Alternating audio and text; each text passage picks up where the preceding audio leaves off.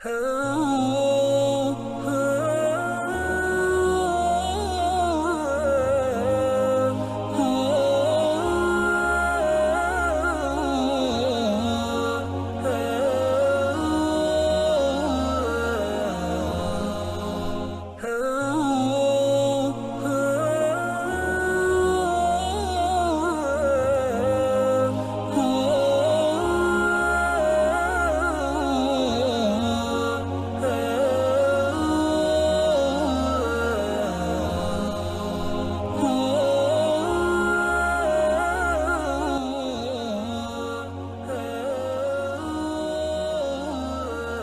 باللہ من الشیطان الرجیم بسم اللہ الرحمن الرحیم الحمد للہ رب العالمین وصلی اللہ علی محمد وآلہ الطاہرین اما بعد فقد قال اللہ تبارک و تعالی فی کتابہ الکریم بسم اللہ الرحمن الرحیم یا ایہا الذین آمنوا قاتلوا الذین یلونکم من الکفار ولیجدوا فیکم غلظۃ واعلموا ان اللہ مع المتقین۔ قرآن کی ان آیتوں پر بحث ہو رہی تھی کہ جس کے بارے میں یہ تھا کہ کچھ لوگوں نے نہیں سمجھا ہے اور یہ بہترین موقع ہے کہ اسے سمجھنے کی کوشش کیا ہے، نہ سمجھا ہے اس لیے اس پر اعتراض کیا ہے۔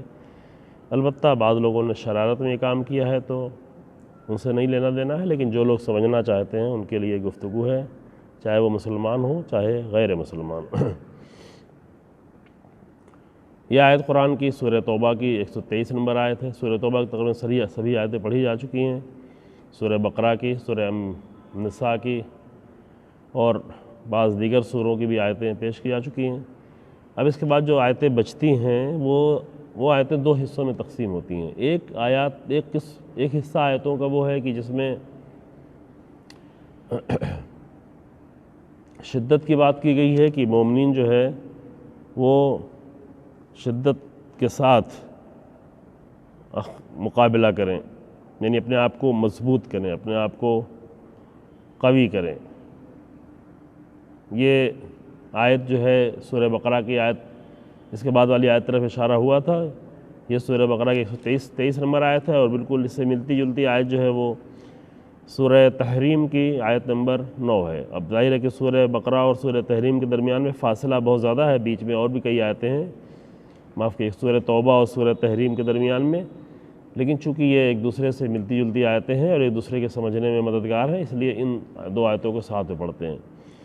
سورہ توبہ میں جو کہا جا رہا ہے وہ یہ ہے کہ یا ایھا الذین آمنوا، یہ وہی خطاب ہے جو مومنوں سے کیا جا رہا ہے کہ اے مومنو، اے وہ لوگ کہ جو ایمان لائے، قاتلوا الذین یلونکم من الکفار، وہ جو تمہارے آس پاس ہیں، ارد گرد تمہارے دشمن جو کفار ہیں، کفار یعنی وہی کافر کی جمع، اور کافر کے معنی پہلے بتائے گئے کہ جو بھی حق سے انکار کرتے ہوں اور حق کو چھپاتے ہوں، دو صفت اس کے اندر ہے، چھپانا اور انکار کرنا، چاہے وہ کسی بھی مذہب یا دھرم کا انسان ہو، چاہے وہ مسلمان ہی کیوں نہ ہو، جس حد تک کوئی انسان حق کو چھپائے گا یا حق سے انکار کرے گا وہ اس حد تک کافر ہوتا ہے۔ جیسے اس کے پہلے آیت پڑھی تھی کہ وہ لوگ جو آیات الہی سے انکار کرتے ہیں، اس کے لیے دو لفظ استعمال ہوا، ایک جہد کا لفظ ہے، جہاد والا نہیں، جہاد یہ آئے گا بعد میں، یجہدون، اس کے معنی بھی انکار کرنا ہے، اور کفر کے معنی بہت زیادہ استعمال ہوا ہے قرآن میں کہ وہ لوگ جو منکر ہیں، اور یہ بہت ہی بری صفت ہے، اس پر ہم زیادہ تفصیل سے تو گفتگو نہیں کر سکے ہیں، لیکن کسی انسان میں بھی یہ بہت ہی پست اور بہت ہی بری صفت ہے کہ اس کے سامنے کوئی حقیقت آئے اور حقیقت کو وہ قبول نہ کرے۔ یہ خاص کر جو ہے ایک عمر گزر جانے کے بعد یہ بیماری زیادہ بڑھ جاتی ہے، نوجوانوں میں، بچوں میں تو یہ بیماری بالکل نہیں ہوتی، بچوں میں کوئی بھی چیز پیش کی جائے وہ پورے دل سے صحیح بات کو قبول کر لیتے ہیں، اور جیسے جیسے عمر بڑھتی ہے اگر انسان اپنی وہ پاکیزگی کو، بچپن کی پاکیزگی کو باقی رکھے تو آخر تک انسان میں یہی حالت رہتی ہے کہ جو بھی حق اس کے سامنے آتا جاتا ہے وہ حق کو دل و جان سے، پورے وجود سے قبول کرتا جاتا ہے۔ بعض لوگ صرف زبان سے قبول کر لیتے ہیں، بعض لوگ جو ہے ذہن سے بھی قبول کر لیتے ہیں، لیکن بعض لوگ وہ ہیں جو اپنے پورے وجود سے، اپنی روح سے، اپنے دل سے جو ہے حق کو قبول کرتے ہیں، اور یہ بہت ہی اچھی صفت ہے۔ یعنی جیسے حق کو قبول نہ کرنا، حقیقت کو قبول نہ کرنا، یہ بہت بری صفت۔ جیسے ابھی آپ کہیں دھوپ نکلی ہوئی، کوئی کہ نہیں دھوپ نہیں نکلی ہے، اب یہاں اجالا آ رہا ہے، دھوپ کی روشنی باقاعدہ ہے، لیکن کوئی کہ یہ دھوپ جو ہے حق ہے، سورج حق ہے، حقیقت ہے، سورج کی روشنی حقیقت ہے، سورج کی تمازت اور حرارت حقیقت ہے، سورج کی دھوپ جو یہاں پڑ رہی ہے اس حقیقت ہے، سورج کی دھوپ یہاں سے جو باہر پڑ رہی ہے اس کا جو ریفلیکشن ادھر آ رہا ہے جس سے ہماری ریکارڈنگ بھی ہو جا رہی ہے الحمدللہ، یہ ایک حقیقت ہے۔ اب کوئی کہے کہ نہیں دھوپ نہیں ہے، روشنی نہیں ہے، تو یہ کتنا برا انسان ہے، کتنا باطل انسان ہے۔ حق سے مراد صرف جو ہے نماز روزہ ہی نہیں ہے، حق سے مراد صرف کوئی بھی چیز جو حقیقت رکھتی ہے، کسی بھی چیز جس کی حقیقت ہو، جو ریئلٹی میں موجود ہو، اگر اس سے کوئی انکار کرنے لگے تو کتنی بری صفت ہے۔ اب سب سے بڑی حقیقت جو ہے وہ ذات کی جس نے اس پوری کائنات کو خلق کیا ہے، اس لیے یہاں پہ کفر کا لفظ جو آتا ہے، سب سے بڑی حقیقت، ہماری حقیقت، آپ کی حقیقت، یہ کیمرہ، یہ کتاب، یہ قرآن، یہ الفاظ بھی اتنی بڑی حقیقت نہیں ہے۔ ہاں اس کا علم بہت بڑی حقیقت ہے، اس کا علم اللہ کا علم ہے، لیکن سب سے عظیم حقیقت جو ہے وہ اس ذات کی ہے کہ جس نے اس پوری کائنات کو تمام عظمتوں کے ساتھ اور تمام وسعتوں کے ساتھ پیدا کیا۔ اب کوئی آگے کہے کہ نہیں کوئی اس کا پیدا کرنے والا ہی نہیں ہے، یہ یوں ہی پیدا ہو گیا، یوں ہی ایک بڑا بلاسٹ ہوا اور سب کچھ اسی بلاسٹ کے نتیجے میں پیدا ہو گیا۔ کیسے پیدا ہو گیا؟ یعنی ذرات کے بکھر جانے سے اور پھر ذرات کے ملنے سے، تو اتنے پھول، اتنی خوشبو، اتنے رنگ، اتنی لذتیں، اتنے قسم قسم کی خلقت، اتنا عقل رکھنے والا انسان، صلاحیتوں والا اتنے جانور، اتنے چرند، اتنے پرند، یہ تمام سیارے اور ستارے اور بلیک ہول اور کہکشانے، یہ سب کچھ کیا ایک بلاسٹ کے نتیجے میں پیدا، یوں ہی پیدا ہو گیا، بس یوں ہی خود بخود پیدا ہو گیا۔ تو یہ بہت بڑا کفر ہے۔ کفر جو ہے وہ پہلے آیت آ چکی ہے، ایک حماقت ہے، چونکہ بینہم قوم لا یفقہون، یہ بیچارے وہ لوگ ہیں جو سمجھتے ہی نہیں ہیں، یعنی اتنا اپنی بنائی ہوئی دنیا میں غرق ہو چکے ہیں، لذات و شہوات و خواہشات کی دنیا میں، کہ اس سے آگے سوچنے نہیں جاتے، کیونکہ اگر مانیں گے، سوچیں گے کہ ہاں کوئی خالق ہے، کسی نے اتنا منظم، اتنا حسین، اتنا حکمت کے ساتھ، اتنا وزڈم کے ساتھ، اتنا علم کے ساتھ، اتنی قدرت کے ساتھ اس پوری کائنات کو پیدا کیا ہے، تو پھر اس کے تقاضے پورے کرنے ہوں گے، اس نے پیدا کیا ہے تو اس کو مانیں، اس کی بندگی کریں، اس کا شکر کریں، اس کا احترام کریں، یہ سب کرنا پڑے گا۔ لہذا ان سب سے بچنے کے لیے انہوں نے اپنی دنیا کو محدود، یہ کفر ہے، یہ کوئی بھی کر رہا ہو، یہ کسی بھی مسلمان ہو یا غیر مسلمان ہو، لیکن کر تو رہا ہے۔ بہت سارے لوگ ہیں جو مسلمان ہیں لیکن نہیں مانتے کچھ، مسلمان گھر میں پیدا ہوئے۔ تو یہ میں صرف یہ جملہ یہ کہہ کے آگے بڑھ رہا تھا کہ کسی بھی انسان کے لیے بہت ہی پست اور بہت ہی گھٹیا صفت ہے کہ اس کے سامنے حقیقتیں آ رہی ہوں لیکن وہ انکار کر رہا ہو، قبول نہ کر رہا ہو، یا اسے چھپا رہا ہو۔ چھپا اس لیے رہا ہو کہ اگر ہم ظاہر کر دیں گے تو ممکن ہمارے کچھ فائدے ختم ہو جائیں، ہمارے فائدے جو ہے نقصان میں پڑ جائیں، لوگوں کے دھوکے میں رکھنے ہی سے اس کو فائدے مل رہے ہیں۔ اگر ظاہر ہو جائیں گے، ہم ظاہر کر دیں گے تو ہمارا فائدہ، اگر ہم ظاہر کر دیں گے کہ ہماری بندگی کسی اور کی کرنی ہے، بات کسی اور کی ماننی ہے، تو لوگ میری بات نہیں مانیں گے، میری بات نہیں مانیں گے، میرے اوپر چڑھاوے کیسے چڑھائیں گے، مجھے آ کر جو ہے اتنے ضرورتیں میری کیسے پوری ہوں گی، تو اس کے لیے لوگ چھپاتے ہیں۔ یہ دونوں معنی کفر کے ہیں، یہ سمجھیں۔ جو لوگ بیچارے اپنے آپ کو کافر کہنے سے بہت پریشان ہیں وہ بھی سمجھیں کہ بہت سارے لوگ ایسے ہیں جو اپنے آپ کو کافر سمجھتے ہیں لیکن کافر نہیں ہیں۔ کیوں؟ اس لیے کہ حقیقتوں کو قبول کر لیتے ہیں۔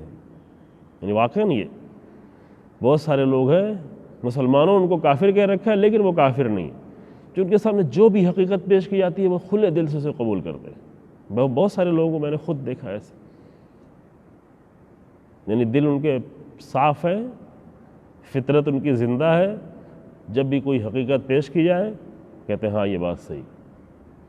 اس کے برعکس بھی ہو سکتا ہے کہ مسلمان ہو، نام مسلمان ہو، گھر میں مسلمان گھرانے میں پیدا ہو، سینکڑوں سال سے مسلمان ہو، نسل در نسل مسلمان ہو، لیکن اپنی رسموں میں، اپنے خرافات میں اتنا غرق ہوں کہ ان کے سامنے حقیقت پیش کی جائے کہ نہیں یہ تو اب نہیں کریں گے، یہ قبول نہیں کریں گے۔ جیسے بہت ساری ہماری رسمیں ہیں، دین کے نام پر، بہت ساری جہالتیں ہیں دین کے نام پر، قبول کرنے کو تیار نہیں، خود یہ کفر کر رہا ہے۔ ایک تو ابھی دیکھیں مسلمانوں ہی میں بہت سارے ایک دوسرے کو کافر کہنے کو پڑے ہوئے ہیں۔ ایک تو حقیقی کفر ہے جو قرآن کہتا ہے کہ انکار کرنا، اور ایک جو ہے وہ دشمن نے بھی تھوڑا فائدے اٹھائے ہیں اور یہ کوشش کر رہے ہیں شاید انہی دنوں میں تھوڑا اشارہ ہو، بہرحال اشارہ تو ضروری ہے کرنا، کہ اتنی تفرقے پھیلائے ہیں، اتنی دوریاں کی ہیں کہ ایک دوسرے مسلک جو ہے ایک دوسرے کو کافر کہہ رہے ہوتے ہیں علل اعلان۔ میں آج صبح میں ایک کلپ سن رہا تھا کہ وہ مثلا مدینہ کے پڑھے ہوئے، جامعہ کے پڑھا ہوا کہ بزرگوار جو ہے اچھی باتیں کرتے ہیں، وہ کہہ رہے تھے کہ اہل حدیث لوگ دیوبندی لوگوں کو جو ہے وہ کافر سمجھتے ہیں۔ پھر ایک دوسرے صاحب کی کلپ کچھ دن پہلے سنی تھی کہ اصل بریلوی لوگ جو ہے وہ اہل حدیث کو بھی کافر سمجھتے ہیں، پھر وہ سب کے لوگ جو ہے شیعہ کو کافر سمجھتے ہیں۔ البتہ شیعہ کسی کو کافر نہیں کہتا، یہ سختی سے منع ہے کہ جو بھی صرف اس حد تک کہ لا الہ الا اللہ کی وحدانیت کے قائل ہو اور رسول اللہ کو رسول اور آخری نبی جانتا ہو، اسے کسی کو کافر کہنے کا حق نہیں۔ عملی کفر ممکن ہے انسان میں، عملی کفر یعنی بھائی کسی بھی حقیقت سے انکار کریں، آپ دھوپ سے انکار کریں آپ کافر ہیں، دھوپ کے کافر ہیں، جس کا کافر ہو انسان۔ کوئی اللہ سے انکار کرے تو اللہ، ایشور سے انکار کرے تو ایشور کا کافر ہے۔ کوئی کہے کہ نہیں یہ دنیا خود ہی بن گئی ہے، کسی نے بنایا نہیں ہے، تو وہ وہاں تک ہے۔ کوئی اللہ کے بھیجے ہوئے نبیوں کا انکار کرے تو وہ ان کا کافر ہے۔ کوئی جو جس حقیقت کا انکار کرے اس حد تک وہ کافر ہے۔ البتہ یہاں کوئی شوق نہیں ہے کسی کو کافر کہا جائے، یہ بات صرف سمجھانے کے لیے ہے۔ اور میں یہ عرض کر رہا تھا بہت سارے لوگ ہیں جو خود اپنے آپ کو بھی کافر سمجھتے ہیں، مسلمان لوگ بھی ان کو کافر کہہ رہے ہوتے ہیں لیکن وہ کافر نہیں۔ اور خاص کر ابھی نئی نسل میں اس بات کی زیادہ امید ہے، اور آئندہ یہ بات اور بڑھتی جائے گی، چونکہ ابھی ذہن دھیرے دھیرے کھل رہے ہیں۔ لوگ جو دھوکے دیے ہوئے ہیں اور نفرتیں پھیلا رہے ہیں، ان سے لوگ بہرحال تھک چکے ہیں، واقعاً تھک رہے ہیں۔ ابھی اگر تھوڑا آگاہی لوگوں کو ہو تو دیکھ رہے ہیں کہ تھکے جا رہے ہیں لوگ، کیا کر رہے ہیں، دنیا کی کیا حالت بنا رہے ہیں۔ تو ان کے سامنے جب کوئی حقیقت پیش کی جاتی ہے تو وہ کہتے ہیں ہاں یہ بات صحیح ہے۔ وہ ممکن ہے کہ وہ خود اپنے آپ کو کافر سمجھتے ہو لیکن کافر نہیں ہو، کیونکہ حقیقت کو قبول کر رہے ہیں۔ شہید مطہری رحمۃ اللہ علیہ نے ایک بہت پیاری بحث کی ہے، ان کی کتاب عدل الہی، وہاں پر ایک سوال کیا گیا تھا، 30-35 صفحے میں یہ بحث کی ہے کہ بہت سارے لوگ ہیں جو بہت اچھے کام کرتے ہیں، بہت نیکیاں کرتے ہیں، انسانوں کے ساتھ بھلائی کرتے ہیں، سوشل ویلفیئر کا بہت سارا کام کرتے ہیں، لوگوں کو تکلیف بھی دیکھتے ہیں، ان کو درد ہوتا ہے، وہ مذہب ان کا کوئی اور بھی ہو، عیسائی ہوں، یہودی ہوں، ہندو ہوں، بدھسٹ ہوں، کوئی بھی ہوں، مسلمان ہوں، کسی مذہب کے ہوں، کام بہت اچھے کرتے ہیں، برائیاں نہیں کرتے، لوگوں کی برائی نہیں چاہتے، تو کیا ان کے لیے اب مسلمان کچھ لوگوں نے تو اپنا طے کر رکھا ہے، لیکن کہا کہ نہیں یہ قانون نہیں ہے، قانون یہ ہے کہ کس انسان میں کتنا حق قبول کرنے کی صلاحیت ہے، معیار یہ ہے۔ شروع میں کچھ دن پہلے ایک آیت بھی پڑھی تھی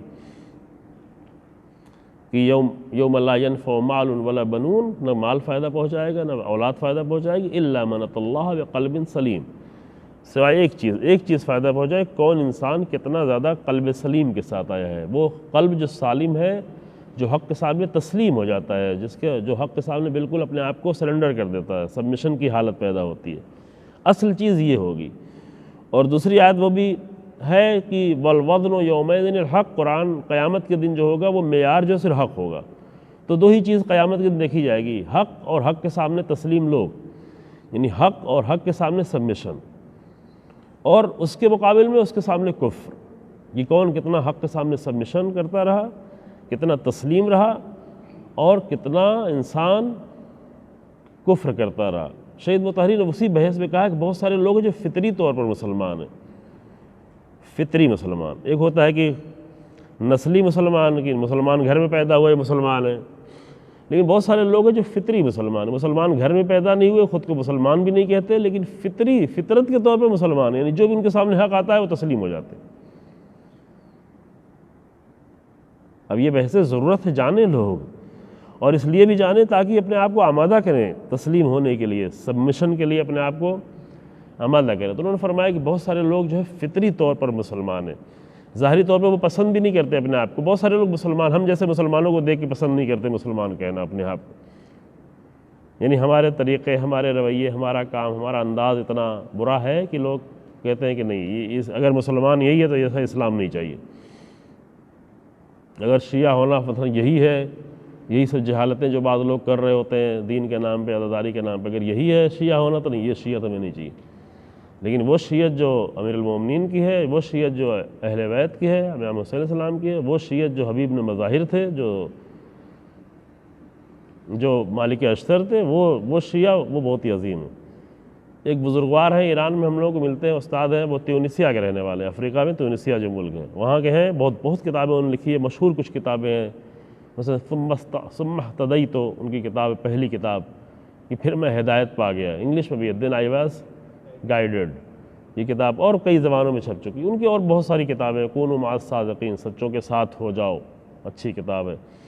تو وہ ہم لوگوں کو ملتے تھے، استاد بھی وہاں پہ ہیں تیونسیا میں. ان کی جان کو خطرہ ہو گیا صرف حق قبول کر لینے کی بنیاد پر، کیونکہ انہوں نے شیعت کو قبول کر لیا تھا، تو ان کی جان کو خطرہ ہو گیا، کئی مرتبہ حملہ کیا گیا. لہذا وہ چھوڑ کے اپنا ملک ایران آ گئے تھے.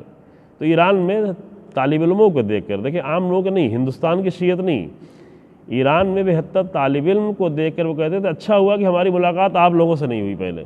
اگر آپ لوگوں کو میں پہلے دیکھتا تو کبھی شیعہ نہ ہوتا. ہماری ملاقات کس سے ہوئی؟ ہماری ملاقات جو آیت اللہ خوئی سے ہوئی، آیت اللہ شہید باقر الصدر سے ہوئی. جو ان سے ملاقات ہوئی اس لیے میں شیعہ ہو گیا. تم لوگوں کو دیکھ کے تو میں شیعہ نہیں ہوتا. تو بہت سارے لوگ، ہم لوگ ایسے ہیں کہ ہمارا اسلام لوگ دیکھتے کہتے ہیں یہ اسلام ہے تو یہ اسلام کیا کریں گے. لیکن عام دوسرے مسلمانوں کے اسلام دیکھتے ہیں جو وعدہ کرتے ہیں وعدہ پورا نہیں کرتے، کام کوئی کرتے ہیں تو کام اچھا نہیں کرتے، امانت داری کی بات ہوتی ہے تو خیانت کرتے ہیں، غلطیاں کرتے ہیں. تو ان کے اسلام کو دیکھ کے کوئی بھی اسلام قبول نہیں کرے. لہذا اگر اسلام دیکھنا ہے تو پیغمبر اکرم صلی اللہ علیہ وآلہ وسلم کے اسلام دیکھیں. پیغمبر اکرم صلی اللہ علیہ وسلم کی وہ عظیم سیرت، جو پروپیگنڈے جو کیے جا رہے ہیں دشمنوں کی طرف سے، اس پہ ان چکروں میں پڑھ کر نہیں، یعنی واقعی طور پر جا کر مطالعہ کریں. اسلام دیکھنا ہے تو ایک مرتبہ قرآن کا آ کر مطالعہ کریں. میں نے پہلے جملہ کہا یہ 1-2 دن پہلے کہ بھائی کم سے کم اس اعتبار سے آ کر ایک مرتبہ قرآن کو پڑھیں کہ آخر یہ کون سی کتاب ہے جس کی اتنی دشمنی کی جا رہی ہے. کیوں اتنی دشمنی اس ایک کتاب کی؟ پوری دنیا میں اتنی لاکھوں کتابیں چھپتی ہیں روزانہ، کسی کے کوئی دشمن نہیں ہے. تو اس قرآن کا ہم گیتا کے دشمن نہیں ہیں، ہم جو ہے ویداس کے دشمن نہیں ہیں، کوئی دشمنی. استفادہ کرتے ہیں. میرے موبائل میں بھی ہے، گیتا موجود ہے، سنسکرت میں بھی ہے، اس کا ہندی ترجمہ بھی. انجیل بھی تھی، ابھی پڑھ لیا، ابھی شاید پتہ نہیں ہے کہ نہیں ہے. انجیل کی دشمنی نہیں، جبکہ ان سب میں تبدیلیاں کی بہت ساری کتابوں میں. ویداس میں تبدیلی کی لوگوں نے، انجیل میں تبدیلی کی طور، لیکن دشمن نہیں ہے. ٹھیک ہے بہت ساری چیزیں لوگوں نے ڈال دی ہیں، لیکن کچھ تو اس میں ہے اچھی چیزیں. اور دنیا کی اور سائنس کی کتابیں چھپتی ہیں، ہسٹری کی کتابیں چھپتی، کوئی کسی کے دشمن نہیں ہے. فلسفی کی کتابیں چھپتی ہیں، سائنس کی بہت ساری فیکلٹیز ہیں، سب کی کتابیں چھپتی، کوئی کسی کے دشمن نہیں. بہت اگر نہیں جانتا جس کا، البتہ ایک جملہ ہے امیر المومنین کے بہت ہی حکیمانہ جملہ، الناس اعداء مما جہلوا، لوگ جس چیز سے جاہل ہوتے ہیں اسی کے دشمن ہوتے ہیں.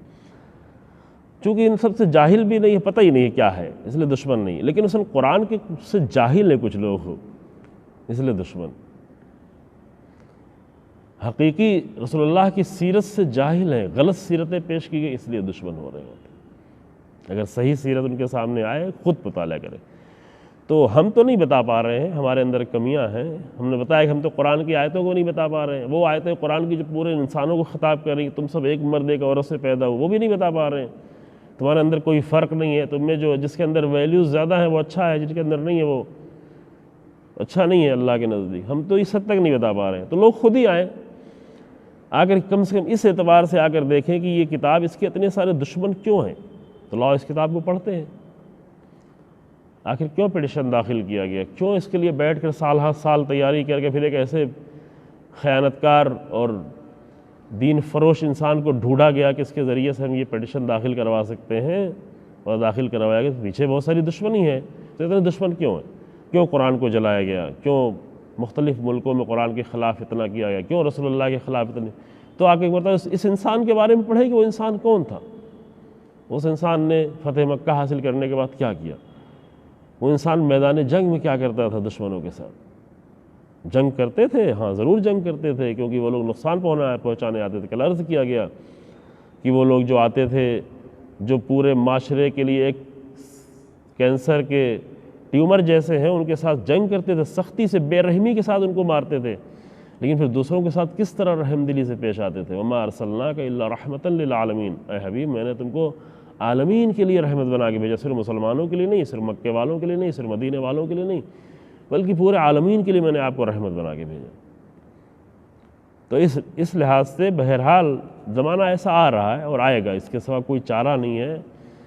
21ویں صدی کبھی 20 سال سے زیادہ گزر گیا ہے، لیکن اسی 21ویں صدی میں ذہن اتنے کھلیں گے، نفرتیں پھیلانے والے ختم ہو جائیں گے، اور لوگوں کے ذہن اتنے کھلیں گے کہ آ کر لوگ اللہ کی کتاب کا مطالعہ کریں گے۔ یہ وہ کتاب جس کے بارے میں ہم آیت پڑھیں گے انشاءاللہ آج ہی کل میں، کہ جس میں رسول اللہ کو بھی کچھ اختیار نہیں ہے۔ پہلے بھی آیتیں پڑھ چکے کہ رسول اللہ آپ نہیں، رسول اللہ آپ کہہ دیں، یعنی آپ کو کچھ اختیار نہیں اس میں کچھ کرنے کی۔ بعد میں آیت پڑھیں گے سر رسول اللہ کو اس بات کا اختیار ہی نہیں ہے کہ رسول اللہ اس آیت اس سورہ ایک لفظ کے بارے میں کچھ کہہ سکے۔ تو یہ مطلب جو ہے لازم تھا جاننا کہ انسان جو ہے اتنی ساری حقیقتیں اس کے سامنے آئیں تو اس طرح انکار نہ کرتا پھرے۔ وہ شہید مطہری کی بات عرض کر رہے تھے کہ انہوں نے نمونہ پیش کیا کہ کچھ لوگ ہیں جو فطری طور پر مسلمان ہوتے ہیں، اور کس حد تک ہے، جو اتنی مسلمان ہے جتنا وہ تسلیم ہے حق کے سامنے، جتنا ان کے اندر سبمیشن ہے۔ تو انہوں نے ایک بہت بڑے فلسفر فرانس کے ایک بڑے فلسفر، ان کا نام ذکر کیا کہ ان کا کہنا یہ تھا کہ انہوں نے بہت زیادہ جو ہے انقلاب برپا کیا ہے یہ مغربی دنیا میں، ویسٹرن دنیا میں، اور اس کا اثر پوری دنیا پہ پڑا ہے۔ تو ڈیکارٹ نام ہے، ڈیکارٹ، ان کا یہ مشہور جملہ تھا کہ ابھی جو میرے سامنے دین ہے، چونکہ وہ یورپ میں رہتے تھے، فرانس میں جو دین تھا عام طور سے وہ عیسائی دین تھا، کہ ابھی ہمارے سامنے جو دین ہے اس میں ہمیں عیسائی دین اچھا لگتا ہے، لیکن کیا پتا کہ اس پوری دنیا میں اس سے بھی زیادہ حسین اور اس سے بھی زیادہ اچھا دین ہو۔ یعنی اس کا مطلب کیا؟ یعنی کہ یہ انسان، یہ بہت خوبصورت جملہ ہے، یعنی یہ انسان تیار ہے کہ اس سے بھی بہتر دین ہو سکتا ہے، اس سے بہتر دین ہوگا تو اسے ہم مان لیں گے۔ یعنی یہ فطری طور پر انسان حق کو تسلیم کرنے کے لیے تیار ہے۔ الاسلام ہوا تسلیم، یعنی اسلام کا معنی ہی مان لینا، حق کو مان لینا۔ اور اتفاق سے انہوں نے مثال جو پیش کی وہ یہ کہ کیا پتہ، چونکہ اس زمانے میں میرے خیال سے تقریباً 400 سال پہلے کی بات ہے، ڈیکارٹ کا زمانہ اگر مجھے صحیح یاد ہو، وہ زمانے میں لوگ سفر نہیں کرتے تھے، اتنی آسانی سے سہولتیں نہیں تھی، لوگ سفر کرتے تھے تو آس پاس کے شہروں میں اور گاؤں میں اور دیہات میں یہی سفر ہوتا تھا۔ ملکوں کا سفر بہت کم لوگ کرتے تھے، مثلا کسی کو حج کرنا ہوتا تو حج کرنے والے اکا دکا کوئی لوگ جاتے تھے، ورنہ اور دوسرے لوگ حج اور کوئی سفر نہیں۔ مسلمان لوگ تو کرتے تھے حج کی وجہ سے، واجب ہو جاتا تو واجب حج کرنا ہی کرنا تھا، سفر کرنا تھا، لیکن اور دوسرے لوگ سفر نہیں کرتے تھے عام طور سے، یا وہ لوگ جو سفر کے بہت خواہش مند لوگ تھے جو جانکاری کے لیے سفر کرتے تھے تو عام طور سے نہیں کرتے تھے، تو وہ بھی نہیں سفر کیے ہوئے تھا، آس پاس کے جگہوں پہ گیا ہوگا، تو اس نے کہا کہ کیا پتہ کہ میں ابھی کرسچن مذہب دیکھ رہا ہوں، یہ مجھے اچھا لگ رہا ہے، کیا پتہ کہ نام لیا ایران کا، کہ کیا پتہ ایران میں کوئی ایسا مذہب ہو جو اس سے کہیں اچھا ہو، اس سے بہتر ہو۔ والحمدللہ وہ مذہب ہے ایران میں، معقول ترین عقلانی ترین مذہب ایران کا مذہب نہیں، یعنی شیعت، اہل بیت کے شیعت، رسول اللہ کا دین، رسول اللہ کا وہ دین جس کو اہل بیت نے پیش کیا۔ رسول اللہ کا دین اور بھی لوگوں نے پیش کیا، اور رسول اللہ کے دین پیش کرنے میں یوں نہیں کہ خیانت کی ہو سب نے، نہیں، اپنے حد تک جس نے جتنا سمجھا پیش کیا، بہت سارے لوگوں نے بہت ہی ایمانداری سے اپنی کوشش کی پیش کرنے کی، لیکن بہرحال جس طرح رسول اللہ کے دین کو اہل بیت نے سمجھا، دوسروں پر اتنا بھروسہ نہیں کیا سکتا انہوں نے سمجھا ہو۔ رسول اللہ کے دین کو دوسرا کوئی اتنا سمجھے جتنا امیر المومنین علی بن ابی طالب سمجھیں گے، یہ مشکل۔ رسول اللہ کے دین کو کوئی اور اتنا سمجھے جتنا جناب زہرا سمجھیں گے، یہ مشکل۔ اور پھر وہ علم، وہ صلاحیتیں، وہ پاکیزگی جو اللہ نے دی تھی، اس لیے ایک فخر کی بات ہے کہ رسول اللہ کے دین اہل بیت سے لینا دوسرے لوگوں سے مشکل نہیں ہے، جو اصل روایتیں بیان کی، حدیثیں بیان کی، استفادہ بھی کرتے ہیں۔ پہلے ہم کبھی عرض کر چکے ہیں کہ ہمارے شیعہ لائبریریوں میں شیعہ کتابوں سے زیادہ اہل سنت کی کتابیں ہوتی ہیں، جو کتابیں زیادہ ہیں کوئی مشکل نہیں ہے، استفادہ کرتے ہیں۔ ہم جب کوئی بھی روایت دیکھتے ہیں جا کے چیک کرتے ہیں اہل سنت حوالے میں یہ روایت ہے یا نہیں، پڑھتے بھی ہیں، بخاری صحیح بخاری میں ہے، صحیح مسلم میں ہے، جو روایتیں ہیں ملتی جلتی روایتیں ہیں، اچھا ہے استفادہ کرے انسان۔ لیکن بہرحال یہ فخر کی بات ہے کہ رسول اللہ کے اب دین جو ہے، ہم رسول اللہ کے معتبر ترین جن پر رسول اللہ کو سب سے زیادہ بھروسہ تھا، رسول اللہ کے دین آ کر امیر المومنین سے لیں، اور امیر المومنین کے بعد امام حسن امام حسین سے لیں، تو جناب زہرا سے لیں، اہل بیت سے لیں، جناب زہرا پہلے ہی تھیں ان سے لیں، تو یہ ایک فخر کا مقام ہے۔ بس یہ بات میں یہاں پر اس لیے تھوڑا سا تفصیلی عرض کر دی کہ اہم مسئلہ ہے، اس پہ وہ چڑھے ہوئے ہیں لوگ، یہ کفر کا لفظ کتنا قرآن میں کیوں آیا، کیوں آپ پریشان ہیں؟ کل عرض کیا تھا کہ کفر سے پریشان ہو تو نہ رہے کافر، اگر کفر لفظ کافر لفظ اچھا نہیں لگتا تو نہیں انکار کرے، حقیقتوں کو انکار نہیں کرے، دھوپ نکلی ہوئی اس سے انکار نہ کرے، درخت سامنے ہریالی نظر آ رہی ہے، پھول نظر آ رہا ہے، اس سے انکار نہ کریں، یہ حقیقت ہے۔ انکار کریں گے تو وہاں کہا جائے کہ بھائی انکار کر رہے ہو، اسی کو قرآن میں جو ہے انکار کرنے والا کافر کہا جاتا ہے نا، جس چیز سے انکار کریں گے اسی کا کافر کہا جائے گا۔ وَلَيَجِدُوا فِيهِ غِلْظَةً، یہاں پہ قرآن کہتا ہے کہ نہیں، اس میں جو ہے فقط جنگ نہ کریں بلکہ سختی سے جنگ کریں۔ یہ نقطہ بہت اہم ہے، اس سے بھی لوگ بہت پریشان ہیں کہ اسلام یہ کیوں کہتا ہے، اسلام کہتا ہے لَيَجِدُوا فِيهِ غِلْظَةً، غلظت ہو، شدت ہو، سختی ہو تمہارے درمیان میں ان کے لیے، ہاں وہ یہ محسوس کریں، وہ تمہارے اندر شدت کو محسوس کریں کہ تم ڈرے ہوئے لوگ نہیں ہو، خوفزدہ لوگ نہیں ہو، باطل اور ظالم لوگوں کے مقابل میں تم کمزور لوگ نہیں ہو، ٹوٹ جانے والے لوگ نہیں ہو، بلکہ وہ تمہارے درمیان میں تمہارے اندر غلظت اور سختی اور شدت کو محسوس کریں، پائیں، تاکہ تم لقمہ تر نظر نہ آؤ، تمہیں دیکھ کے وہ للچائی ہوئی نگاہوں سے نہیں دیکھیں ان کو ہم ختم کر لیں گے، ان کو مار لیں گے، ان کو ہٹا دیں گے۔ جب رسول اللہ مکے میں تھے کتنے لوگ تھے؟ چند سو لوگ تھے، لیکن مضبوط تھے، باطل کے مقابلے میں مضبوط تھے۔ مدینے میں آئے تب بھی بہت تھوڑے سے لوگ تھے، لیکن کہیں ذرہ برابر کمزوری نہیں تھی، یہ لازم ہے۔ اس کا فلسفہ بھی کل بیان کیا جا چکا ہے، کل پرسوں۔ یہ مضبوطی اس لیے نہیں ہے کہ تم کسی کو ڈراؤ، کسی کو مارو، کسی کا مال چھینو، بلکہ اس لیے تاکہ لوگ تمہارے بارے میں جو ہے للچائے نہیں، لوگ جو ہے ڈرے رہیں، یہ لازم ہے۔ البتہ یہ مجبوری کی حالت میں ہے کہ جب جو ہے ایسے نفرتوں کے ماحول پیدا کیا، ورنہ بہتر حالت تو یہ ہے کہ انسان انسانوں کی مدد کرے، انسان انسانوں سے محبت کرے، انسان انسانوں کے کام آئے، انسان انسانوں کے لیے سہارا بنے، کسی بھی مذہب کے ہوں، کسی بھی دھرم کو، یہ ہو بہترین حالت یہ ہے۔ وَاعْلَمُوا أَنَّ اللَّهَ مَعَ الْمُتَّقِينَ، اور یہ جان لو کہ اللہ متقین کے ساتھ ہے، یعنی یہ تقویٰ ہے۔ تقویٰ یہ نہیں کمزور ہو کے بیکار ہو کے بیٹھے رہو مسجدوں کے اندر، تقویٰ یہ ہے، قرآن کہتا ہے کہ باطل کے مقابل میں اگر تم مضبوط ہو تو تقویٰ ہے، اور اللہ متقین کے ساتھ ہے۔ اگر باطل تمہارے اندر کمزوری محسوس کر رہا ہے تو اس کا مطلب تمہارے پاس تقویٰ ہی نہیں ہے اور ایمان بھی نہیں ہے۔ قرآن کہتا ہے وَأَنْتُمُ الْأَعْلَوْنَ إِن كُنتُم مُؤْمِنِينَ، اگر تم مومن ہو تمہیں سب سے سربلند ہونا چاہیے، نہیں ہو تو اس کا مطلب تمہارے پاس ایمان نہیں ہے۔ یہ سورہ بقرہ کی آیت نمبر 123 تھی، 26 آیتوں میں سے۔ اس کے بعد آتے ہیں تھوڑا کافی آگے بڑھ کر، یہ صفحہ نمبر 207 پہ تھی، ہم سیدھے جاتے ہیں صفحہ نمبر 561 پر، سورہ تحریم، 28واں جز کا تقریباً بالکل آخری سورہ، اور یہ جو ہے 11ویں جز کے جو سورہ توبہ تھی، وہاں جا کے بالکل اس سے چونکہ ملتی جلتی آیت، لہذا وہاں پہنچتے ہیں۔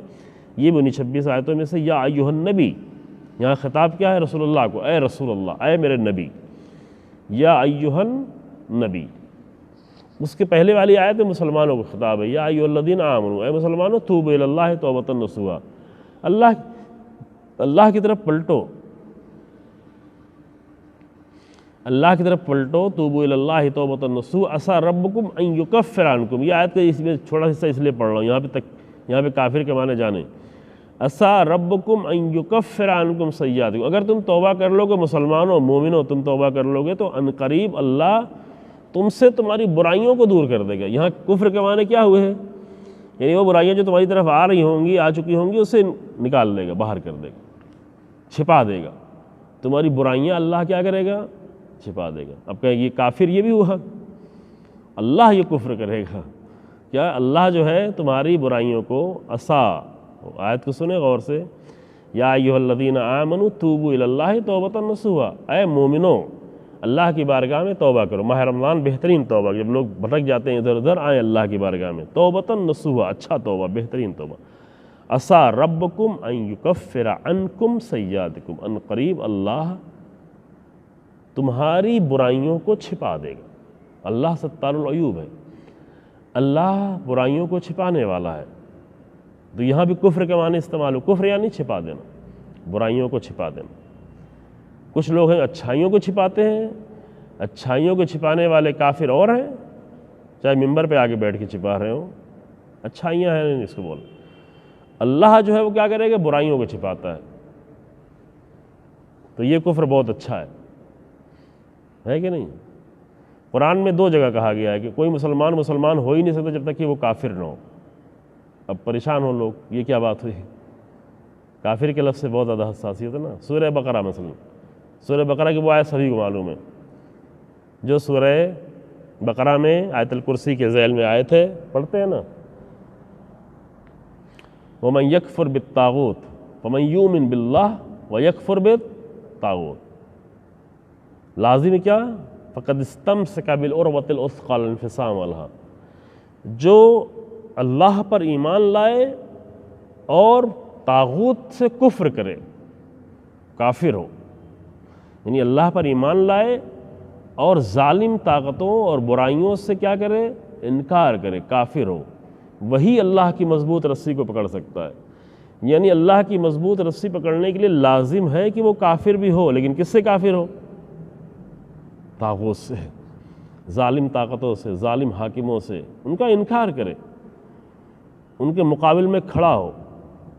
تو کوئی مسلمان ہو ہی نہیں سکتا جب تک کہ وہ کافر نہ ہو، لیکن کس کے کافر ہو؟ طاغوت کا کافر۔ تو یہ قرآن کی لفظیں اس لیے عرض کر دی گئیں کہ اس کو سمجھنے کی کوشش کریں۔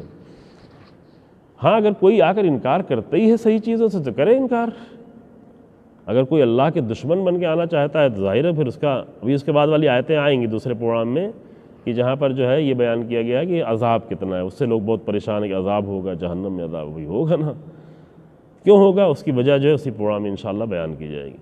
کہ اگر کوئی اللہ کے مقابل میں آگے کھڑا ہوتا ہے، وہ پروردگار، وہ ایشور، وہ گاڈ، اچھا بہترین لفظ جو ہے وہ اللہ ہے، لیکن ضروری نہیں کہ آپ، ہم مسلمان ہیں ہماری بات آپ مانیں، آپ جس لفظ کو پسند کرتے ہیں وہی لفظ کہیں، لیکن وہ ذات کی جس نے اس پوری کائنات کو پیدا کیا، جو اس پوری کائنات کو چلا رہا ہے۔ اب اس کے بعد میں قرآن کیا کہتا ہے؟ یہ آیت پوری اچھی آیت ہے، بہت خوبصورت آیت ہے، لیکن اس کو میں پڑھ نہیں رہا ہوں، آپ لوگ پڑھیے کہ میں ساری کفر لفظ کے لیے بتانے کے لیے کر دی۔ اللہ بھی یہ کیا کرتا ہے؟ اللہ جو کفر کرتا ہے، یعنی کیا کرتا ہے؟ اللہ چھپا دیتا ہے مومنوں کے گناہوں کو، اگر وہ توبہ کرے، فرشتوں سے چھپا دیتا ہے، زمین سے چھپا دیتا ہے، ہر جگہ سے چھپا دیتا ہے اللہ۔ پھر قرآن کیا کہتا ہے؟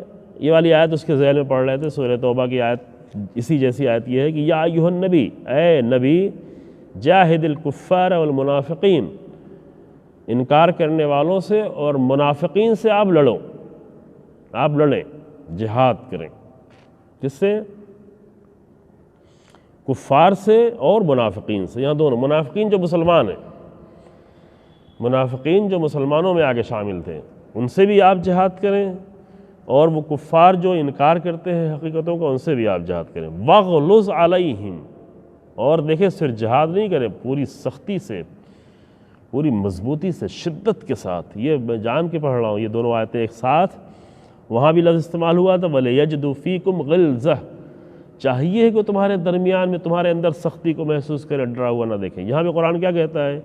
وَغْلُظْ عَلَيْهِمْ، اور آپ ان کے ساتھ سختی سے پیش آئیں، اسی طرح سے جس طرح سے ایک ڈاکٹر بہت ہی بے رحمی سے پیش آتا ہے ایک ٹیومر کے ساتھ، وہ ٹیومر سے پیار نہیں کرتا، وہ ٹیومر سے محبت نہیں کرتا، اس کے ساتھ سختی سے پیش آتا ہے، اسے کاٹ کے نکالنا پڑتا ہے۔ وَمَأْوَاهُمْ جَهَنَّمُ، ان کا ٹھکانہ جہنم ہے، وَبِئْسَ الْمَصِيرُ، اور یہ بدترین ٹھکانہ ہے، یہ بدترین جگہ ہے پلٹنے کی۔ اور اس کے بعد قرآن نے مثال دی ہے، قرآن کی مثال کیا ہے؟ اس کے بعد 2 آیتیں جو بہت خوبصورت آیتوں میں سے ہے۔ میں یہیں پہ گفتگو اپنی تمام کرتا ہوں، باقی جتنی آیتیں جو بچی ہوئی انشاءاللہ کل کے جو پروگرام ہوگا اس میں پیش کریں گے۔ ضرب اللہ مثلا للذین کفروا، اللہ نے مثال دی ہے انکار کرنے والوں کے لیے، کافر یعنی انکار کرنے والوں، کس کی؟ امرات نوح و امرات لوط، معاف کیجیے گا، یہ دو نبیوں کی بیویاں ہیں، دو نبی ہیں، دو نبی کے گھر میں رہنے والی ان کی بیویاں ہیں۔ جناب نوح جیسے اولو العزم نبی کی بیوی، نوح اولو العزم نبی ہے، لیکن لوط اولو العزم نبی نہیں ہے۔ حضرت لوط جو ہے وہ جناب ابراہیم کے ماتحت نبی ہیں، ان کے بھتیجے بھانجے کچھ ہوتے ہیں۔ کانتا تحت عبدین من عبادنا الصالحین، جو دو بہت ہی نیک اور صالح بندوں کے ماتحت وہ ان کی بیویاں تھیں۔ فخانتاہما، انہوں نے خیانت کی۔ فلن یغنما عنہما من اللہ شیئا، تو اللہ نے انہیں کوئی چیز ان کو اللہ کے عذاب سے بچا نہیں پائی۔ وقیل ادخلوا النار مع الداخلین، اور ان سے یہ کہا گیا کہ تم جہنم میں داخل ہو جاؤ ان لوگوں کے ساتھ کہ جو جہنم میں داخل ہوتے ہیں۔ جو کچھ لوگ انجام بہرحال جہنم ہے، جو فساد پھیلا رہے ہوتے ہیں، جو دنیا کو تباہ کر رہے ہوتے ہیں۔ جو لوگ اپنے ذاتی طور پہ کچھ غلطی کرتے ہیں وہ غلطیاں معافی مانگ لیتے ہیں، معاف کر دیتا اللہ، لیکن جو فساد پھیلاتے ہیں، خاص کر سیاست کی دنیا میں لوگ جو فساد پھیلا رہے ہیں، ان کے لیے واقعی طور پر جہنم ہے۔ ان کا حق بھی وہی ہے، اس سے کم ان کا حق نہیں ہے۔ اور ان کے مقابل میں تسلیم ہونے والی عورتوں کا جو مثال دیا کہ فرعون کی بیوی ہے لیکن تسلیم، حق کے سامنے تسلیم ہے۔ وَضَرَبَ اللَّهُ مَثَلًا لِلَّذِينَ آمَنُوا امْرَأَتَ فِرْعَوْنَ، اور اللہ نے مثال دی مومنوں کے لیے، کیا مسلمانوں کے لیے اللہ نے مثال دی فرعون کی بیوی کی۔ ادھر دو بیویاں دو نبیوں کے ماتحت ہیں، وہ مثال کس کے؟ انکار کرنے والوں کی مثال ہے، ان کے لیے نمونہ کہ انکار کر دی۔ نبی ان کے سامنے حق پیش کرتے رہے، قبول نہیں کیا، بیوی ہوتے ہوئے قبول نہیں کیا۔ ادھر فرعون کی بیوی، نام آسیہ ہے، یہاں پہ ذکر نہیں ہے نام لیکن آسیہ ہے، فرعون جیسے ظالم ستمگر کی بیوی ہے، اس کو نمونہ بنایا قرآن نے کس کے لیے؟ مومنوں کے لیے، کہ دیکھو یہ مومنوں کے لیے نمونہ ہے۔ کیوں؟ اس لیے کہ وہ فرعون کی بیوی تھی لیکن فرعون سے انکار کرتی تھی، فرعون سے کفر کرتی تھی، حق کے سامنے تسلیم تھی، حق کو قبول کرتی تھی۔ اذ قالت رب ابن لی عندک بیتا فی الجنہ، جب فرعون کی بیوی آسیہ نے، اے میرے اللہ تو میرے لیے اپنے نزدیک میرا ایک گھر بنا دے، اپنے قریب، عندک، اللہ اکبر، رب ابن لی عندک بیتا فی الجنہ، جنت میں اپنے نزدیک میرا گھر بنا۔ یہ عشق ہے کہ اپنا اللہ سے کتنا نزدیک رہنا چاہے۔ البتہ یہ قربت جو جسمانی قربت مراد نہیں ہے، یہ تھوڑا سمجھنے کی بات ہے۔ وَنَجِّنِي مِن فِرْعَوْنَ وَعَمَلِهِ، اور اے میرے اللہ مجھے نجات دے فرعون سے اور اس کے عمل سے، یعنی یہ کفر، طاغوت کا کفر یہ ہے جو سورہ بقرہ میں ہے کہ کفر کرنا لازم ہے۔ کوئی انسان مومن ہو ہی نہیں سکتا جب تک کہ وہ طاغوت سے کفر نہ کرے، طاغوت کا انکار نہ کرے۔ یہ فرعون جیسے طاغوت کی بیوی ہوتے ہوئے انکار کر رہی ہے، اللہ کی بارگاہ میں دعا کر رہی ہے، وَنَجِّنِي مِن فِرْعَوْنَ وَعَمَلِهِ، مجھے فرعون اور اس کے عمل سے نجات دے، اے میرے اللہ مجھے اس ظالم سے نجات دے، وَنَجِّنِي مِنَ الْقَوْمِ الظَّالِمِينَ، اور اے میرے اللہ اس پوری ظالم قوم سے ہمیں نجات دے۔ اور یہ بہت ہی اہم ہے، جیسے اگر ہمارے زمانے میں ہمارے آس پاس کے لوگ جو فرعونی کردار اپنانے لگے، قوم فرعون بننے لگے، ظالم بننے لگے، تو یہ دعا ہے جناب نوح، جناب مریم، جناب آسیہ کی، جو فرعون کی بیوی تھی لیکن دعا کرنی، پروردگارہ مجھے نجات دے ظالموں کے، ظالم قوم سے۔ دوسری مثال مریم ابنت عمران، مریم جو عمران کی بیٹی، التی احسنت فرجا، جس نے اپنے آپ کو پاک و پاکیزہ رکھا، اپنے شرمگاہ کو پاک و پاکیزہ رکھا۔ فنفخنا فیہ من روحنا، پھر میں نے اپنی روح ڈالی اس میں۔ وصدقت بکلمات ربہا وکتبہ وکانت من القانتین، یہ بیوی وہ تھی جو تصدیق کرتی تھی، حق کے سامنے تسلیم تھی، حق کی تصدیق کرتی، حق کو سچا مانتی تھی، جو بھی حق پیش ہوتا تھا حق کو تسلیم کر لیتی تھی۔ اسی تسلیم کے نتیجے میں اتنا بلند مقام اللہ کے سامنے ہوا کہ اللہ نے قیامت تک آنے والے مومنوں کے لیے ایک خاتون کو، مریم کو نمونہ بنا دیا کہ کانت من القانتین۔ یہ سورہ تحریم کی آیت تھی۔ اب جو ہے اس کے بعد چند آیتیں اور رہ گئی ہیں، وہ انشاءاللہ کل کے پروگرام میں آپ کی خدمت میں پیش کریں گے۔ وہ آیتیں زیادہ تر جس میں عذاب کا ذکر ہے، ظاہر ہے لوگ عذاب سے بہت پریشان ہوتے ہیں، عذاب سے کہنے سے کوئی عذاب سے نہیں بچے گا، عذاب تو ہے۔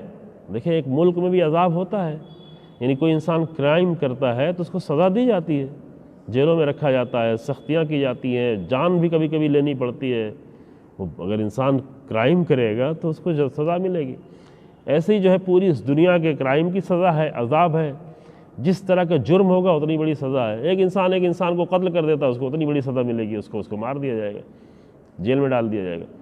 لیکن ایک انسان پوری انسانیت کو خطرے میں ڈال دے، اس کی سزا تھوڑی سی تو نہیں ہونا چاہیے، ہاں اس کی سزا سخت ہونا چاہیے۔ خوب اس کی گفتگو انشاءاللہ تعالی کل کے پروگرام میں آپ کی خدمت پر عرض کیا جائے گا۔ والحمدللہ رب العالمین، وصلی اللہ علی محمد وآلہ الطاہرین۔